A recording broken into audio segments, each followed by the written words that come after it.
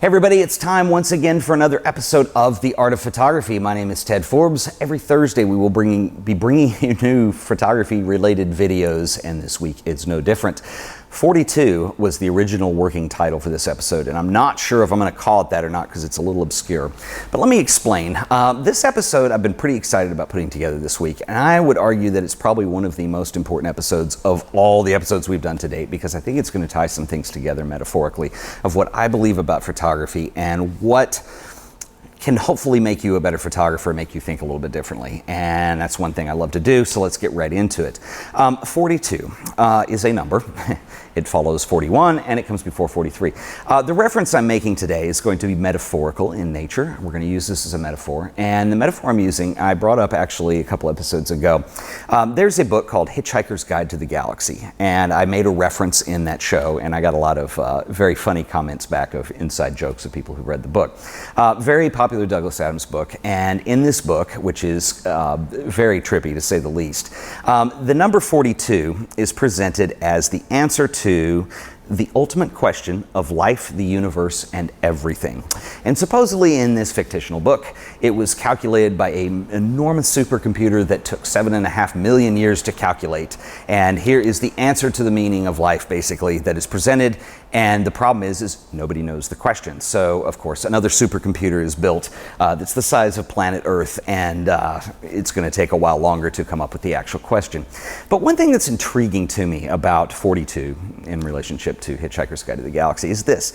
I think as photographers, or as I think you could say as anybody who does visual art, whether you're a painter, a sculptor, whatever that is, in our case it's photography. And I've got 4 examples of photographers that I'm going to show you today that are going to hopefully back up what I'm saying. And what I think is interesting and what I think separates people who are really good from people who are okay is this. And it doesn't matter whether you're a professional photographer, you do this for a living, or you're just a serious amateur, or it's just something fun you do, it doesn't matter. If you're watching this podcast and you've watched the last couple of them, you're striving to get better, and this is something you're interested in, something I'm very interested in. And the whole reason I bring up the 42 thing metaphor is this. I don't believe that it's the answers so much in photography as it is the questions that are important. And those are the hard part, okay? Let me explain what I'm talking about here. Let's say that I take a picture of that table over there. Okay, it's a picture of a table. That's the answer. It is a picture of a table. Look at this in context of what somebody other than you, somebody who may see this at a gallery show, somebody, a family member, somebody who may see it on the internet, whatever that is, they're going to see this image and they get the answer off the bat. What is the question behind that? And that's what separates. If you had 10 different photographers come in at 10 different times and shoot that table, you'd have 10 completely different looking photographs. The better the photographers you would have, I think even the wider difference that would be in how a table was photographed. And I know that's a very plain example of what I'm talking about. But I think that's the important part. It's not the answer so much, but it is the questions that you're posing. I think sometimes there can be multiple questions that come tied in with a photograph too, and let me explain what I'm talking about here. A lot of times if you think, think of it this way. If you've ever gone, most of us who watch this podcast, you're knee deep into photography, you're into it, it's your passion, it's something you love, it's something you've got to do, it's something that means a lot, is very special to you. And so for instance, you might go to a photography show with a friend or a relative or somebody who may not be nearly as into it as you are. Maybe the way they look at photographs is a lot more casual, and they're going to see a photograph, and I think the most obvious question that comes up with any viewer is an aesthetically related question. Do I like it or not? Does it speak to me? Is it beautiful? Sometimes, as we all know, there can be very ugly photographs that are shocking to look at, but if you understand and dig deeper into that, there are further questions that might impact whether that's a photograph you're interested in or not, or whether it's speaking to you. And so anyway, I've got some examples of some stuff. I'm going to hold up some books here, and I'll probably go in and get some tight shots on these so you can see what I'm talking about, because I want to back up what I'm talking about with this whole thing of 42. We know what the answer is, we know what the subject is, we know what we're shooting, but what is the question that goes around that? And I think this is a really interesting thing to look at. First up, I want to talk about a wonderful photographer I've never discussed on this show before. He's one of my favorite. I think he's probably one of, I know I love to say this with my favorite photographers, but I really do think this guy is one of the top 10 photographers producing work today, if not higher than that. He is incredibly good. His name is Abelardo Morell. He is a Cuban-born American photographer now, who is based out of Massachusetts, and I don't think this guy can take a bad picture. Everything he does makes you think, it makes you see something differently. It raises really good questions, and I think that's what's important about all this. So let's look at his work. The book that I've got right here, and I will have links in the show notes to all this stuff. So if you are watching on iTunes, you can go to the YouTube channel, you can go to theartofphotography.tv. I will have the show notes all there, and I will have links to all these things in the books, or excuse me, in the show notes. This is a book of his called Camera Obscura, and one of the things he's kind of, not everything he does, but developed quite a bit around is this whole concept, which was actually, I think it was the very first podcast I ever did, which was called the Camera Obscura. And I want to show you this image first. This is an image that Abelardo did, and Abelardo's a teacher as well. And what's interesting about this image is it's very simple, but it is showing a very deep concept about photography. And I believe this is an image he did for his own teaching materials. And it's a box with a lens attached to it and a light bulb. You see the light bulb reflected inside this box and upside down. And this basically illustrates what a camera obscura is. This is how your camera works. It is a dark box that light is projected in, and it makes an image onto the back of that box, and then you can use either a digital sensor or you can use film or whatever that is to capture that image. And there you have it. You know, that's how we capture images as photographers. Now, the image that I want to show you is he's developed this whole concept of turning rooms into literally camera obscuras. So for instance, you can do this in your house, you can do it in a hotel room. If you have a way to make the room completely pitch black, usually this involves putting trash bags over the windows and cutting a small pinhole. So literally what you're doing is making a pinhole camera out of the room that you're in.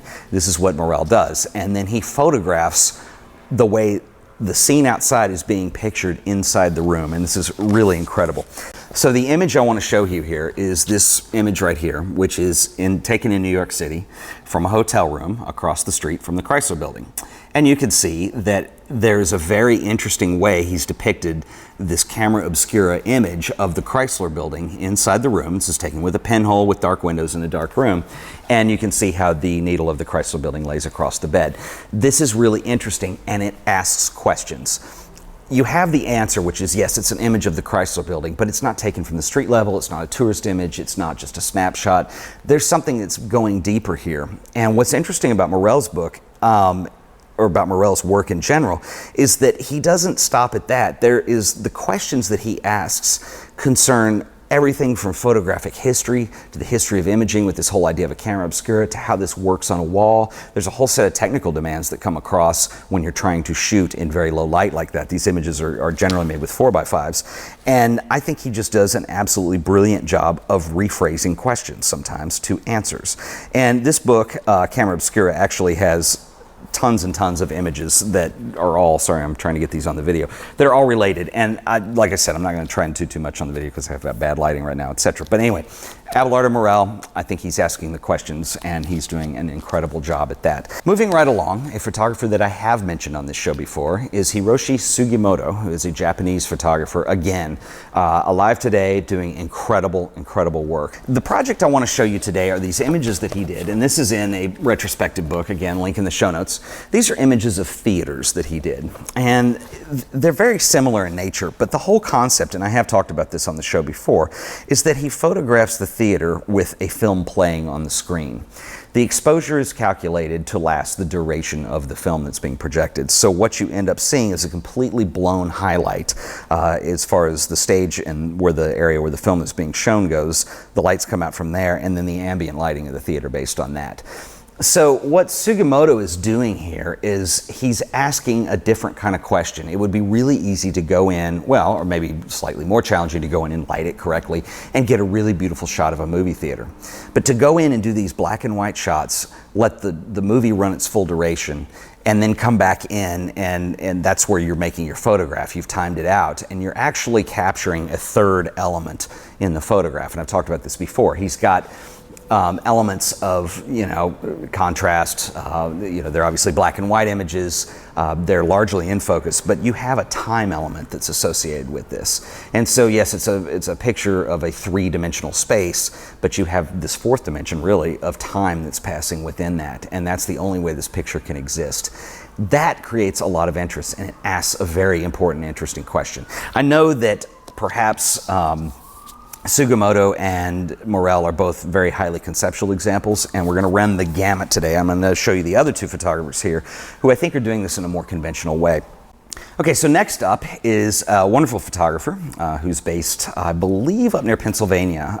Been into his work for years. This was a guy who early on inspired me to start seeing things in a different way and really made me want to shoot. I found Tom Baril is his name, and Tom's work is so inspirational to me, and I don't know what it is, probably largely aesthetic.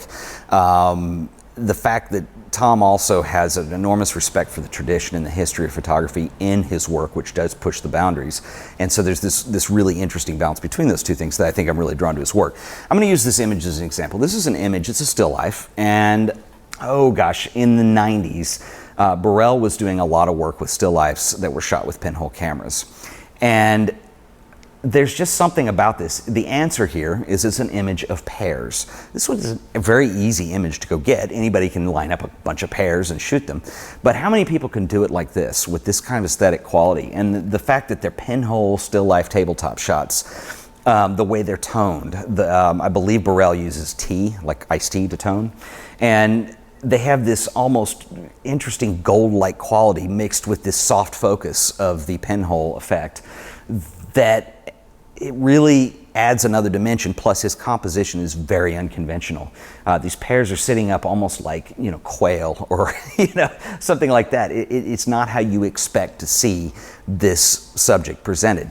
There's nothing really highly conceptual about this. It's just a really great image. And the reason is because it still has those questions that are tied to it. The answer is very clear. It's a shot of some pears. But what is the question behind that? How are they shot? How are they communicated to you? How are they displayed? How is the composition set? You have these pears. They're just below the halfway point.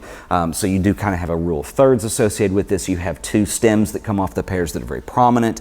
That spells out the composition, and I think Baril is so good at this, at coming up with these compositions that work, push the boundaries a little bit, remain aesthetically very pleasing, and he just does an incredible job at it.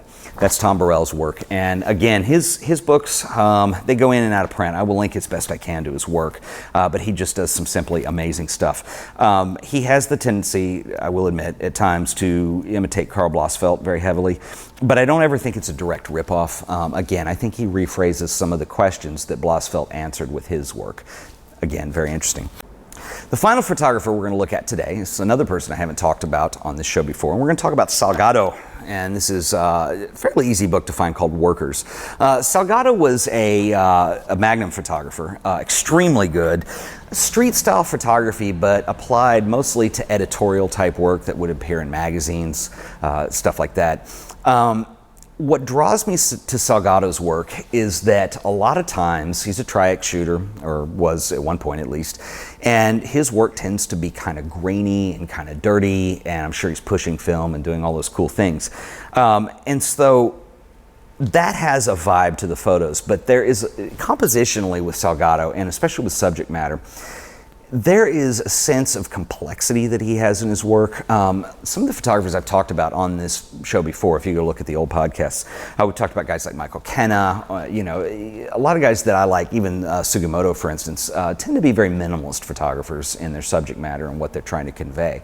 I think Salgado works on the opposite end of that spectrum. He's a maximalist. There's always a lot going on in his images. The first image I want to look at, we'll look at two here. It's a shipyard, and I don't really need to tell you much about this image. What's interesting is you really don't make out what is a boat in this image necessarily. You can tell that it is a shipyard, and there's a lot of complexity in patterns.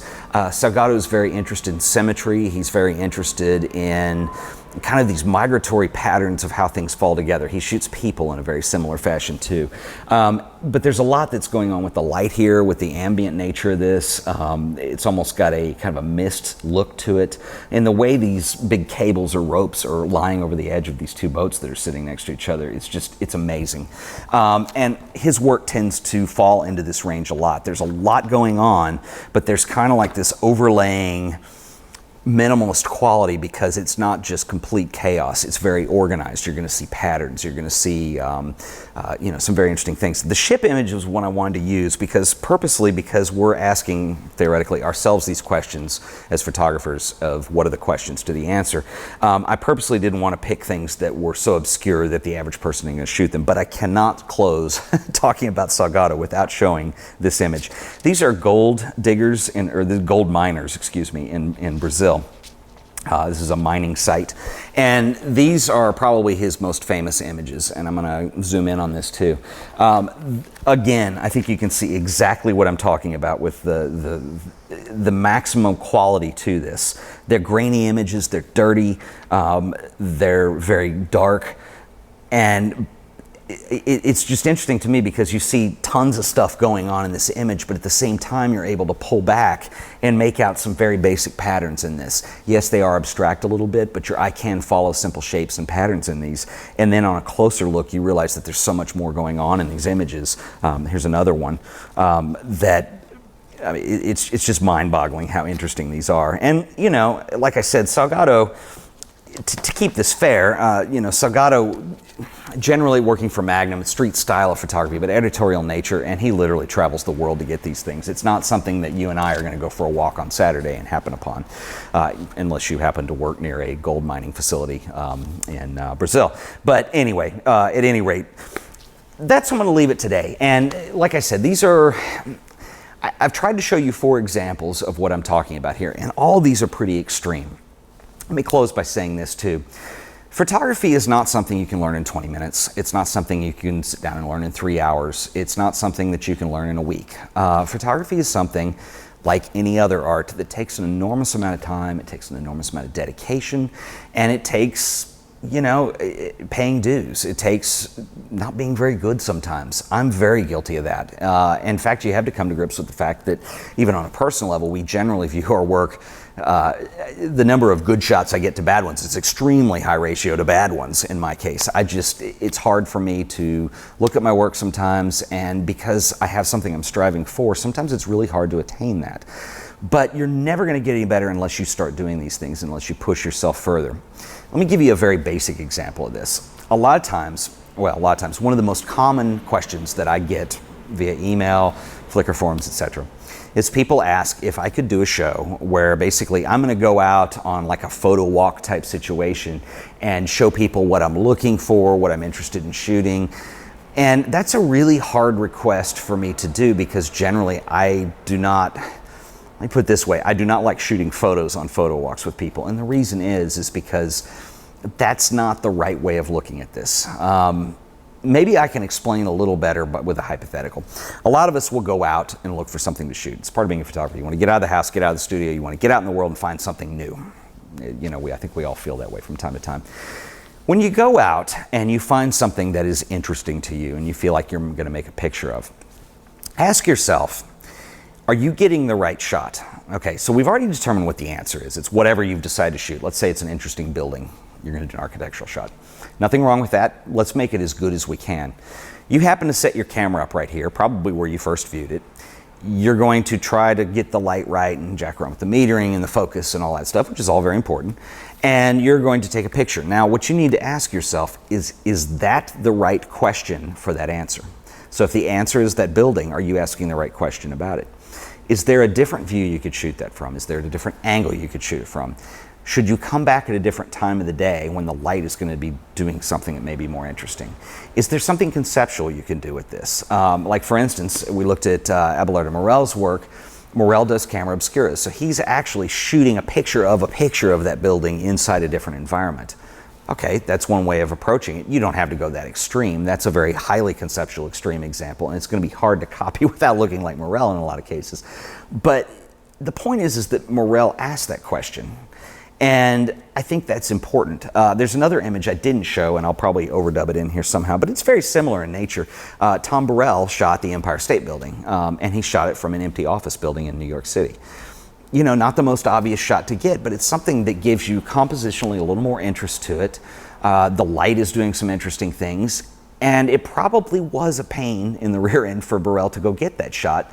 And to set that up, it could have taken several days, several weeks, but it's that kind of time dedication sometimes that comes up with the right question for the answer you're trying to get. Yeah, it's real easy to go shoot the Empire State Building if you're in New York City, it's right there. But how are you gonna do it in a different way? There's millions of pictures out there of the Empire State Building. How are you gonna do that where it's different and it stands unique and it asks the right question? As far as I'm concerned, I'm really not interested in shooting the Empire State Building exactly as it's been photographed 100 times. I'm only interested in shooting it, and that sounds really tacky and really snooty to say, and I don't mean for it to sound arrogant at all. But what I'm saying is if you're gonna do good work and you're gonna strive for that kind of thing, you need to start working on the questions, not the answers. Anyway, I know this may be a little goofy and a little weird, and the whole 42 thing, and I'm sure I'll get some good comments back for other people who've read Hitchhiker's Guide to the Galaxy. If you haven't, wonderful book. I will put that in the show links as well, show notes. And anyway, that's about all I have. We ran, I'm sure, very long today because I had a good time kind of thinking about this week. And like I said, I think this may be one of the more important shows we've done because it's a little bit shorter, but we've made a really interesting point of what it is you're looking for with your own work. You're not always going to succeed. It's okay. You're not going to succeed unless you fail. And so it's a matter of pushing forward and trying harder. And like I said, coming up with questions to the answers, not answers to the questions. So anyway, I hope that made sense. Email me comments, questions, etc. Once again, this has been The Art of Photography. Thank you for watching. See you next time.